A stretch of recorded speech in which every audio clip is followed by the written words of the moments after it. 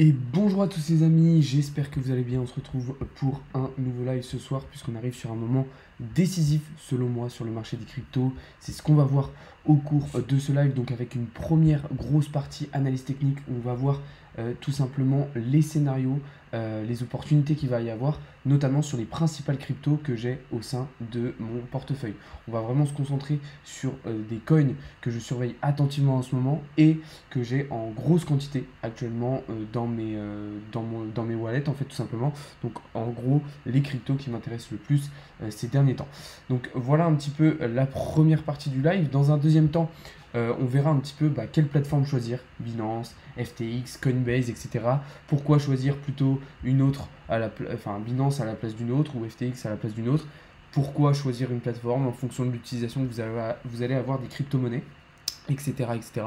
Donc il y aura une partie aussi sur ça, je vous donnerai des conseils en fonction de vos objectifs, votre stratégie, en fonction aussi de vos connaissances, votre expérience dans le milieu des crypto-monnaies.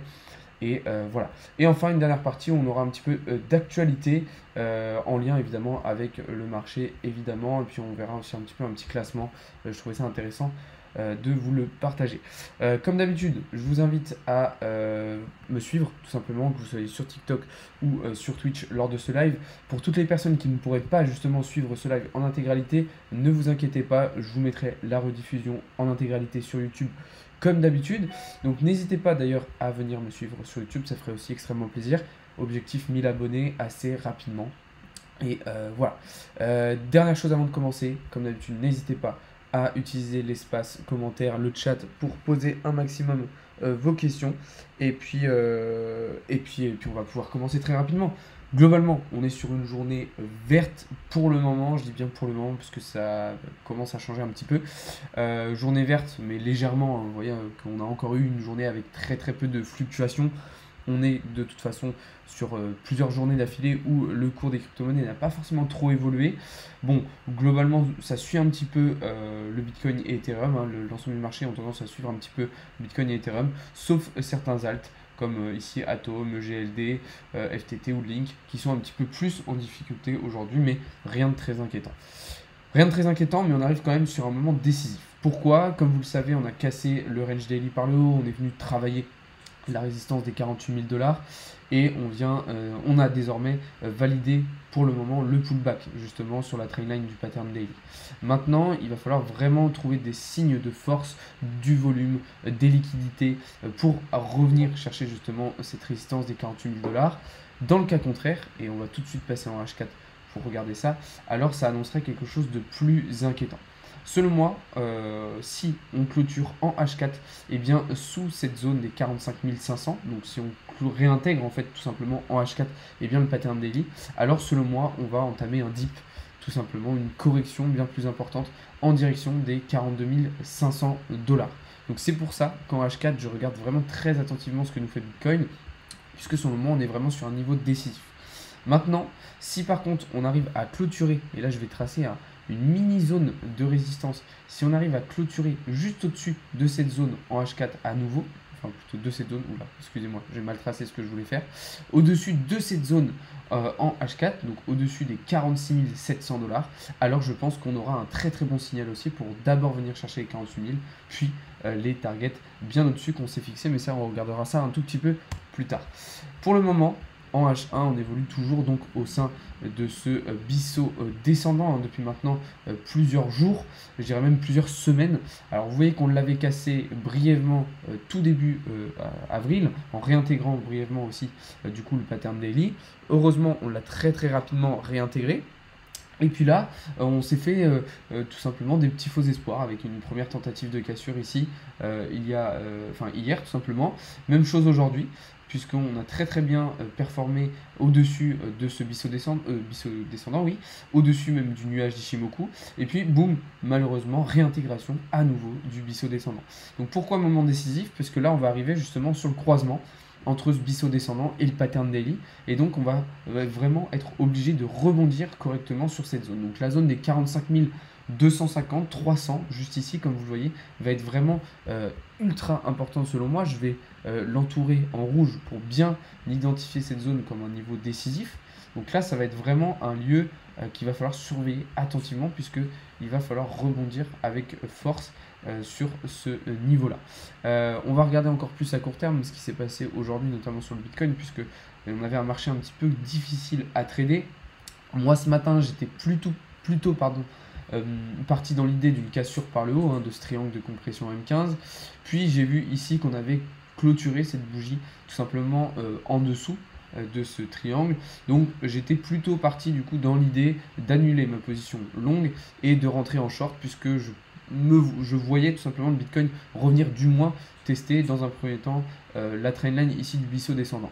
Donc j'avais vu juste, malheureusement, ma position a foiré puisque on a réintégré, cassé par le haut, puis boum, réintégration de nouveau et cassure par le bas. Donc c'était assez compliqué à trader. Peut-être que j'aurais dû attendre un petit peu plus qu'on évolue justement au sein de ce triangle avant de prendre une position.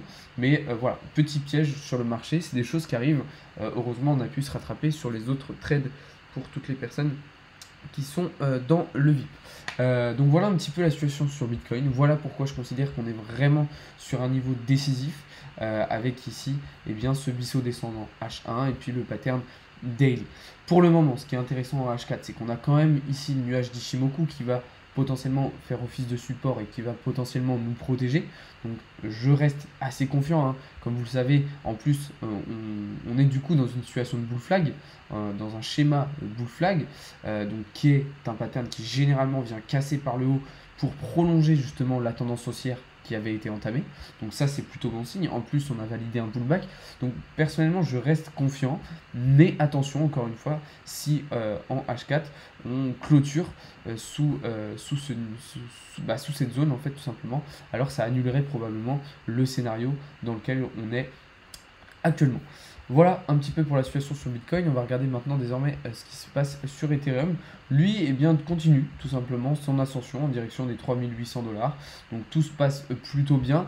Évidemment, je vous conseille de prendre des profits régulièrement tout au long de la position qu'on a prise. Et dès qu'on aura touché les 3800 $, ne pas hésiter à ramener votre stop loss au prix d'entrée. Toujours faire ça dès qu'on arrive au take profit numéro 1, toujours faire ça. Et puis après, une fois qu'on aura atteint cette zone, on ira chercher alors la résistance des 4000 $. Maintenant, attention, si le Bitcoin était amené à corriger et à retourner et à changer de situation, alors on aurait probablement une correction un petit peu plus importante. C'est pour ça que je vous dis que c'est très important de prendre vos profits tout au long de cette montée, en fait, tout au long du trade, pour vous assurer une certaine sécurité. Je vois que ça parle du dodge dans le chat. Vous inquiétez pas, en fin de partie d'analyse, on regardera ce qui est en train de se passer sur le dodge puisqu'il se passe des choses très intéressantes. Donc j'ai prévu de vous en parler. On passe tout de suite du côté du Apecoin. Je rappelle le token du projet Bored Ape Yacht Club dont on parle maintenant depuis plusieurs semaines. Eh bien, je considère qu'il est en train d'évoluer ce Ape au sein d'un beau triangle de compression en H4.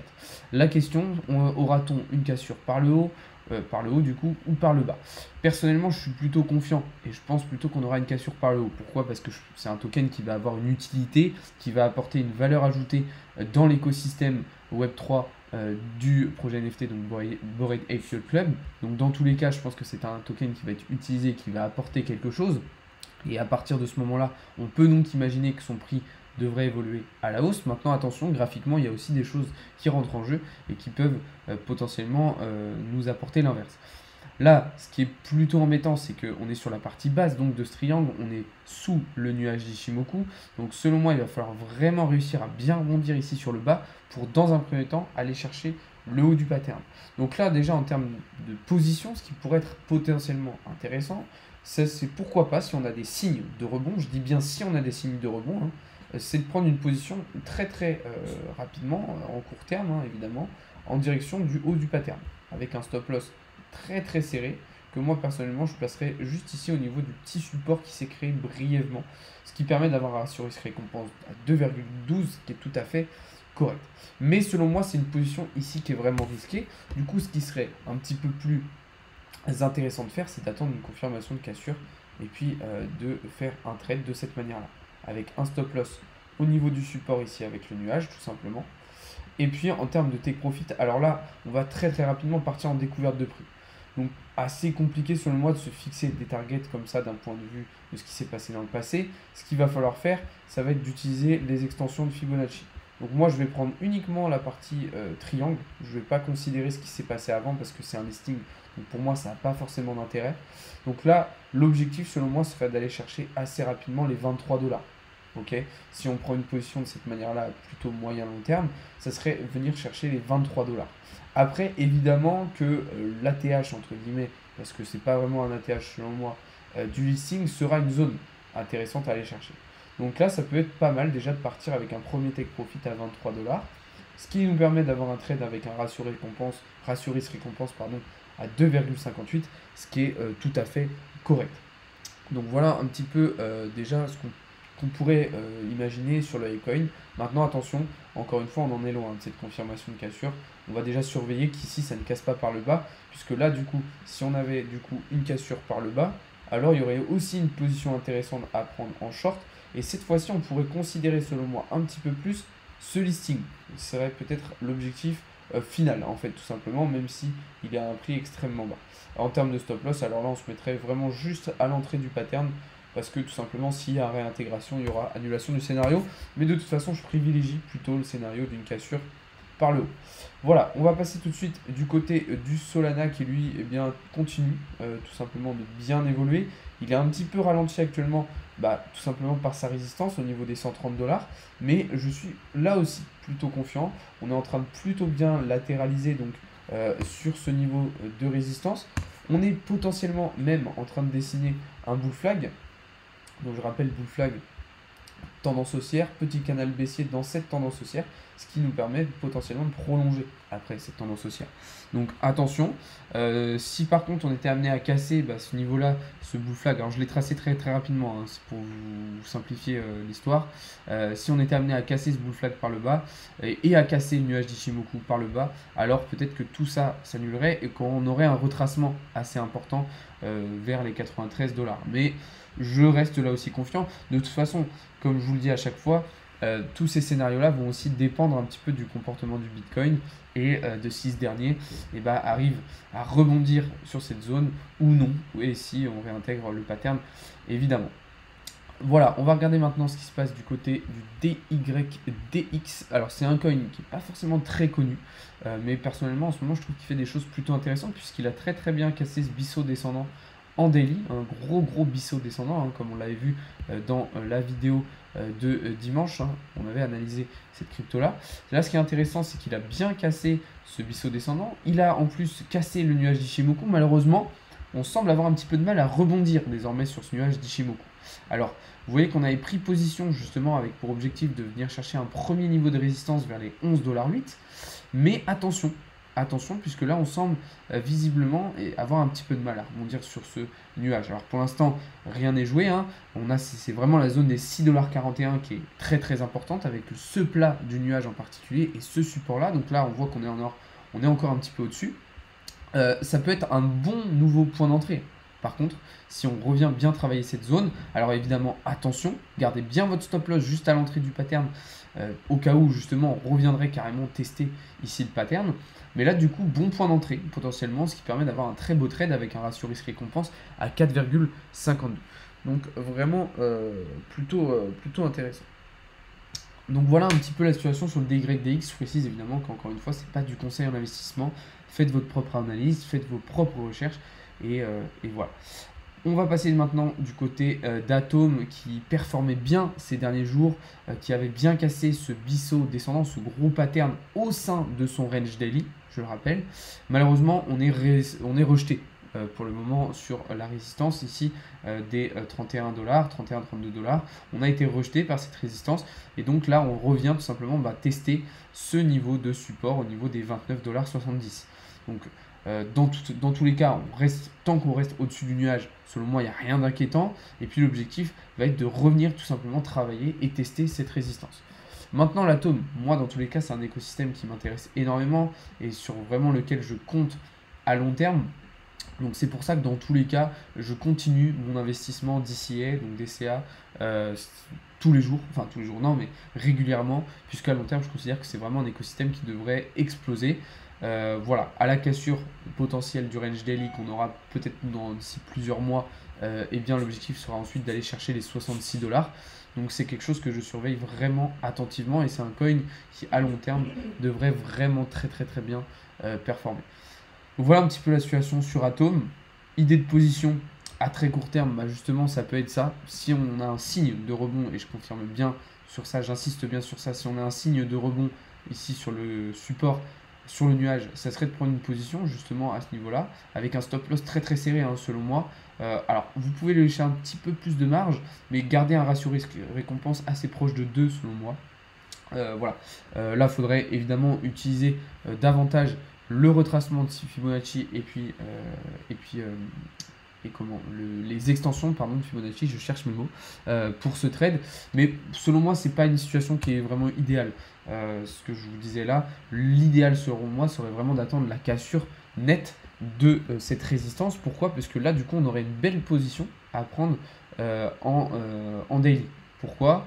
Parce que si on arrive à repasser et à vraiment bien casser bien cette résistance, ainsi que le nuage d'Ichimoku en daily, et là on a du coup beaucoup plus de signaux aussi intéressants, ça serait de prendre position en direction du haut du pattern avec un stop loss, et bien ici tout simplement à l'entrée de ce biseau, ce qui permet d'avoir un très bon ratio risque-récompense. Ça c'est selon moi une position qui serait bien plus intéressante en attendant la cassure du range daily. Pourquoi? Parce que voilà, la position H4 selon moi était un petit peu trop risquée.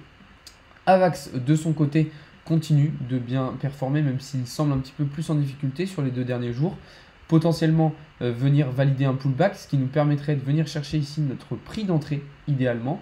Revenir chercher notre prix d'entrée, hein, puisque nous on était rentré du coup juste ici. On a en plus de cette cassure, eh bien, ce double bottom qui s'est mis en place. On a été ralenti, hein, là encore, eh bien, par cette résistance, tout simplement, qui nous a bloqué un petit peu, donc juste au niveau des 100 $. On est passé brièvement au-dessus des 100 $, mais vraiment de manière très très rapide. Donc l'objectif maintenant va être, selon moi, ici de valider un pullback avant d'aller chercher les targets qu'on s'est fixés en direction des 135 $. Vous inquiétez pas, hein, je regarderai juste après. Tous vos messages dans le chat. Hein. Je vais faire une petite pause après, une coupure dans ce live pour aller regarder tout ça. Voilà un petit peu sur les différentes cryptos que j'ai en ce moment. EGLD est dans une situation similaire à Avax avec un rebond, je l'espère, ici sur le nuage d'Ichimoku, ce qui permettrait de prendre une position très intéressante vers les 270 $. On a en plus de ça, là aussi, un double bottom.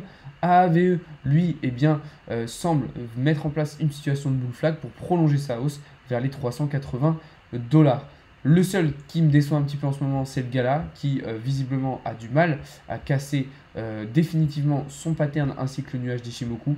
Si on n'arrive pas dans les prochains jours et même dans les prochaines heures à aller chercher plus haut et à transpercer ce nuage d'Ichimoku, alors la situation deviendra extrêmement compliquée et on réintégrera probablement une zone inférieure et donc on retracera probablement davantage. Donc je garde espoir dans le Gala parce que c'est un coin avec un écosystème très solide et une fondamentale très solide derrière, hein, vu que c'est le leader tout simplement de la partie métaverse Play to Earn, mais graphiquement c'est pas super ce que nous fait le Gala en ce moment. Voilà, je vous l'avais dit juste avant, on allait regarder le Dogecoin tout simplement qui nous fait un beau plus 20% sur cette journée, hein, très très belle performance du Doge aujourd'hui. Pourquoi? Alors bonne question, on a eu la news comme quoi Elon Musk avait acheté des grosses parts dans Twitter. J'arrive pas trop à savoir si c'est un lien, hein, puisqu'on sait que le Dogecoin est très corrélé aux décisions, aux mouvements d'Elon Musk. Ça me paraît bizarre, alors peut-être que je vais continuer mes recherches, hein, peut-être qu'on aura davantage d'infos. Mais en tout cas, ça nous permet de très bien casser ici le biseau descendant daily, de très bien casser et valider la cassure du nuage d'Ichimoku et d'activer donc des targets en direction des 24 centimes avec ce gros niveau de résistance juste ici. Et dans un deuxième temps, l'objectif sera ensuite d'aller chercher les 32 centimes. Alors maintenant, attention, je ne vous dis pas forcément de rentrer en position dès maintenant. Pourquoi? On a eu une très grosse bougie verte, donc c'est tout à fait possible qu'on corrige un petit peu dans les prochaines heures ou même demain et qu'on revienne chercher un petit peu plus bas. Donc personnellement, je vais attendre un petit peu avant de prendre position, mais ça nous permet d'activer en tout cas les targets des 24 et 32 centimes. pour les prochains jours. Donc voilà, restez attentif, restez prudent sur le Doge parce qu'il a déjà très bien performé aujourd'hui. Donc ça peut être un petit peu dangereux de rentrer en position comme ça durant une montée aussi folle. Voilà, je vais faire une petite pause du coup, réponse aux questions avant qu'on entame la deuxième partie du live, donc sur tout simplement les plateformes à utiliser, quelles vont être les meilleures plateformes à utiliser. Donc ça on va le voir juste après, je vais regarder rapidement un petit peu les différentes questions que vous m'avez posées. Florian, ouais, je vais répondre au WNK juste après. Cardano, est-ce que vous êtes chaud sur le Cardano? Est-ce que vous aimez bien le Cardano? Dites-moi dans le chat, est-ce que vous êtes chaud? J'essaie de répondre un petit peu à vos questions. Ethereum 2.0, Ethereum 2.0, de toute façon, je pense qu'on va encore pouvoir être patient, hein.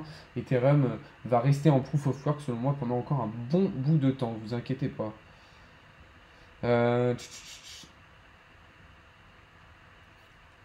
Des nouvelles de l'ATR, l'ATR, moi je suis toujours. Je suis toujours parce que l'ATR c'est tout simplement le coin de la plateforme Artrade. Donc moi je considère que c'est un coin qui a beaucoup de potentiel. Voilà un petit peu ce que je pouvais dire. Bon, je vois que les questions revenaient un petit peu toujours au même. Ok, je vois que vous êtes vraiment très chaud sur le Cardano. Visiblement c'est un truc que vous appréciez particulièrement. C'est vrai que graphiquement il nous a fait des belles choses dernièrement. Maintenant il bloque un petit peu sur ce niveau ici de résistance. Voilà, alors maintenant on passe sur la partie quelle plateforme choisir justement. Binance, FTX, Coinbase, Kraken. Il y a énormément de plateformes de crypto-monnaie. Et vous allez me dire un petit peu mais comment moi je choisis justement une plateforme, pourquoi il y en a une qui va être mieux qu'une autre, pourquoi ceci, pourquoi cela, etc. Eh bien, selon moi, ça va dépendre déjà de l'utilisation que vous voulez faire des crypto-monnaies. Par exemple, si vous voulez faire uniquement du trading journalier, je vais vous conseiller FTX. Si vous débutez dans les cryptos et que vous voulez vraiment juste investir à long terme, comme ça, poser vos cryptos, des plateformes comme Coinbase ou encore Kraken vont largement être suffisantes. Alors maintenant, Coinbase, c'est une plateforme où il y a quand même pas mal de frais et il n'y a pas toutes les cryptos. Je vais vous expliquer après pourquoi et lesquelles je vous conseille en priorité. Donc ça va dépendre de l'utilisation que vous voulez avoir. Si après vous voulez aller sur des cryptos dans certains domaines, certains secteurs, exemple métaverse, etc., il faudra aller sur PancakeSwap, sur des DEX comme Raydium par exemple. Je vous montre ça à l'écran, comme Raydium par exemple, qui est une plateforme aussi d'échange de crypto-monnaies. En fait, ça va vraiment dépendre de l'utilisation que vous allez avoir des crypto-monnaies. Vous allez avoir aussi des DEX qui vont être plus portés sur la DeFi, d'autres sur les NFT, d'autres sur le métaverse, d'autres sur le Web3, etc. Maintenant, je vais me concentrer un petit peu plus sur les personnes qui potentiellement débutent et justement ne savent pas vers quoi se tourner. Moi, ce que je peux vous dire, c'est que quand on est débutant, Binance, c'est une très bonne plateforme. Pourquoi? Parce qu'elle est extrêmement complète. Elle est diversifiée, elle va vous permettre de faire beaucoup de choses différentes, mais c'est vrai que sur certains aspects, elle va potentiellement être un petit peu difficile, je dirais, à utiliser quand vraiment on débute et quand Internet, l'ordinateur et les crypto-monnaies, c'est totalement étranger pour nous. Elle peut paraître difficile, mais sur le téléphone, vous allez avoir un outil qui va vous permettre, je ne crois pas qu'il est disponible sur l'ordinateur, mais de mettre en version light, en fait. Vous n'allez pas être en Binance Pro, vous allez être en version light. Alors, je ne crois pas que ça existe sur l'ordi, mais sur le téléphone, vous allez avoir cette option. Donc pour moi, Binance, vraiment pour l'ensemble des débutants, c'est plutôt pas mal. Maintenant, attention, encore une fois, quand vous avez des crypto-monnaies sur Binance, elles sont sur Binance, vos crypto-monnaies. Donc elles ne vous appartiennent pas à 100%.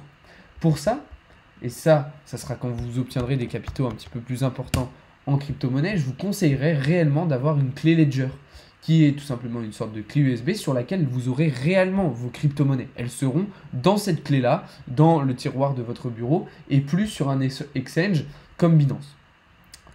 En plus de ça, les exchanges, justement comme Binance, avec les nouvelles lois de l'Union européenne, vont être contrôlés, régulés, etc. Et donc, si vous n'avez pas de chance, ou si vous n'êtes pas dans le bon pays, eh bien, vous allez potentiellement être en difficulté. Je précise qu'il faut aussi déclarer ces comptes de crypto-monnaie, notamment Binance. On a l'État français qui a bloqué 450 000 comptes en France Binance, je crois, non, dans l'Union Européenne, pardon, l'Union Européenne qui a bloqué 450 000 comptes, donc c'est quand même assez énorme. Comme je le disais, après maintenant, si vous voulez plutôt être sur du trading quotidien avec effet de levier, je vais vous conseiller plutôt FTX. Pourquoi? Parce que c'est vraiment, selon moi, une plateforme qui est justement spécialisée dans ce domaine-là, dans le trading. Elle est simple d'utilisation, elle est performante, et vous avez des frais qui vont être, selon moi, inférieurs, enfin, c'est pas selon moi, c'est véridique, des frais de trading qui seront inférieurs à Binance. Et moi, aujourd'hui, c'est une plateforme que j'utilise à 100% pour mon trading. C'est-à-dire que l'intégralité de mes prises de position avec effet de levier se font sur FTX. J'ai encore des cryptos sur Binance, j'utilise encore Binance pour plein de choses. Mais pour mon trading, je vous conseille vraiment FTX. Maintenant, Coinbase, pour les débutants, ça va être vraiment l'idéal parce qu'en termes de compréhension et de simplicité, c'est vraiment parfait. Maintenant, il y a quand même quelques inconvénients, comme je vous disais, des frais assez importants et une quantité de crypto assez limitée. Si vous voulez pallier à cet inconvénient-là, une plateforme qui va être assez similaire en termes de simplicité, mais avec moins de frais et davantage de crypto, eh bien c'est tout simplement Kraken, qui là vraiment est selon moi ultra intéressant. En plus de ça, Kraken, moi je l'utilise pour faire mes virements. Pourquoi? Parce qu'aujourd'hui, je sais que beaucoup d'entre vous ont des difficultés à faire des virements via Binance, via d'autres plateformes, sur votre compte bancaire. Alors qu'avec Kraken, tout passe et tout se passe de la meilleure des manières. Donc c'est pour ça que c'est une plateforme, en fait, je dirais annexe, qui peut être très très intéressante d'avoir. Donc voilà un petit peu la situation et les conseils que je pourrais vous donner en termes d'utilisation. Donc prenez en compte l'utilisation que vous allez avoir des crypto-monnaies, si vous êtes plutôt sur de l'investissement long terme, sur du NFT, sur du trading avec effet de levier. Prenez en compte aussi votre niveau d'expertise. Est-ce que vous y connaissez très bien ou pas? Est-ce que vous avez besoin de quelque chose de très très simple ou quelque chose de très très complet? Donc voilà un petit peu les différents conseils que je pouvais vous donner. On va passer désormais à la troisième partie de ce live. Alors oui, j'ai pas parlé de Bybit. Effectivement, très très bonne remarque de Philippe. Bybit, alors c'est une plateforme qui est un petit peu moins connue et qui se développe très très bien en ce moment. Bybit, ça va être selon moi un bon compromis entre justement Binance et FTX. Pour moi, Bybit, voilà, on pourrait le placer justement entre ces deux leaders, Binance et FTX. Selon moi, c'est un peu un bon entre-deux. Alors personnellement, c'est pas du tout une plateforme que j'utilise, hein, voilà, parce que j'en ai déjà pas mal, mais ça peut être un très très bon compromis. Donc pourquoi pas Bybit aussi, même si personnellement je ne l'utilise pas. Voilà, on va donc passer donc à la dernière partie de cette vidéo avec deux petites actus. La première, c'est pour expliquer tout simplement le potentiel, enfin le dip qu'on a, la légère correction qu'on a aujourd'hui sur Bitcoin.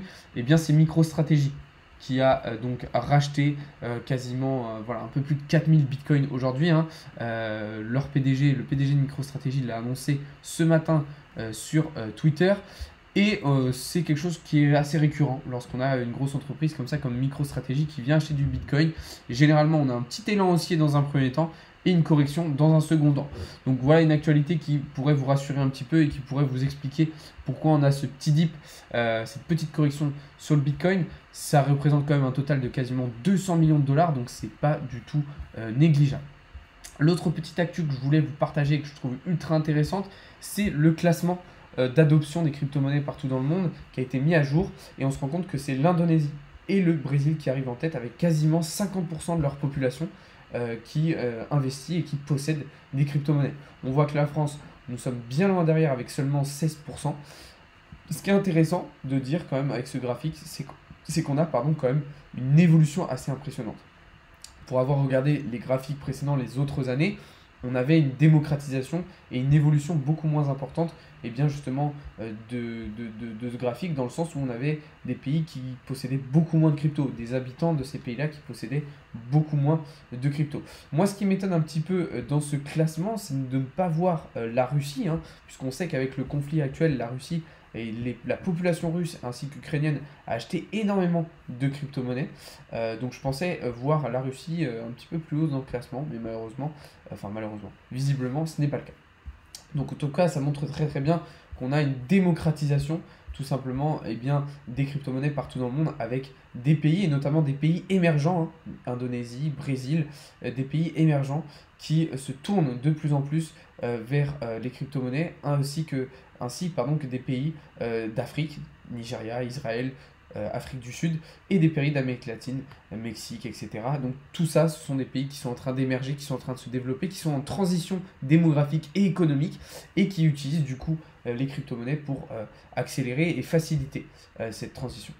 Bon, ce qu'il faut dire quand même, c'est qu'on a quand même, c'est que cette explication, comment dire, comment expliquer ce phénomène-là, c'est surtout que les personnes avec des revenus élevés, eh bien, se tournent davantage vers les crypto-monnaies, mais pas forcément, en tout cas pas dans tous les pays, les personnes avec moins de revenus.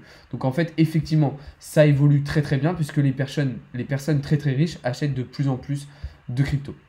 Maintenant, il y a quand même quelque chose, quelques petites choses qui bloquent un petit peu davantage, d'autres personnes à investir davantage. L'inquiétude, tout simplement vis-à-vis de la sécurité des crypto-monnaies, est-ce qu'on peut perdre de l'argent, etc. Le manque de connaissances, tout simplement, les gens ne sont pas assez formés et donc hésitent encore à investir. Et le manque de confiance, évidemment, envers les cryptos. Donc au niveau de la volatilité, voilà, il y a encore beaucoup de gens qui pensent que le Bitcoin peut s'écraser à tout moment et revenir chercher les 20 000 dollars d'un coup comme ça. Donc voilà un petit peu ce qu'on pouvait dire sur ce classement. Moi, je pense que c'est un classement qui tend évidemment à évoluer vers cette zone-là, vers la zone des 40%. Ça paraît totalement logique, surtout quand on aura des pays, des grosses puissances mondiales comme la France, l'Allemagne ou les États-Unis qui valideront totalement les crypto-monnaies si un jour ça arrive, ce qui ferait totalement exploser ce graphique-là. Juste pour répondre à ta question, Adrien, crypto.com, j'aime beaucoup aussi, mais je ne l'utilise plus tout simplement parce que j'ai fait un tri dans toutes mes plateformes. Voilà, au bout d'un moment, je ne vous conseille pas d'être sur 20 000 plateformes à la fois, vous allez un petit peu vous perdre dans toutes ces plateformes-là et puis ça peut être un petit peu compliqué à gérer selon moi. Voilà les amis, on arrive au terme de ce live. J'espère que j'aurai répondu à vos questions. J'espère que je vous aurai éclairé, aiguillé, tout ce qu'il faut. Je vous aurai donné un maximum de connaissances, de compétences, d'informations, d'idées, de prise de position, etc. Pour ceux qui n'ont pas pu être là sur l'intégralité du live, ne vous inquiétez pas, je vous mets la rediffusion juste après sur YouTube. Donc n'hésitez pas à aller voir ça, n'hésitez pas aussi à vous abonner. Je vous invite comme d'habitude aussi à rejoindre le canal Telegram. C'était un plaisir d'être avec vous en live ce soir. Voilà, on se retrouve dès demain matin pour davantage de contenu et davantage d'analyse. Salut à tous et bonne soirée. C'était Alex de Crypto Learning.